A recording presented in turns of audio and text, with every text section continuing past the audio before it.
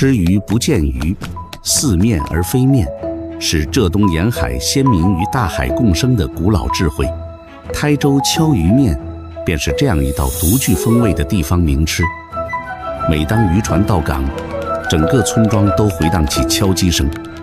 新鲜鲶鱼剔骨取肉，仔细地刮出肉糜，洁白的红薯淀粉铺满案台。接下来是一场与时间的耐心对话。木杖反复敲打，淀粉分子嵌入鱼肉纤维，肉糜的延展性得到极大提升。经验老道的敲鱼师傅仍需20分钟才能敲出一张白里透红、薄如纺织的鱼面。烘烤快速去除水分，锁住海洋的鲜甜，切条便于储存携带，让这份海味得以走向更远的地方。软滑柔韧的口感能够胜任各种烹饪方式，无论汤炒拌涮，鱼肉的鲜美始终不离不弃。对于依海而生的台州渔家，一份经典的敲鱼面便是丰盛朴实的一餐。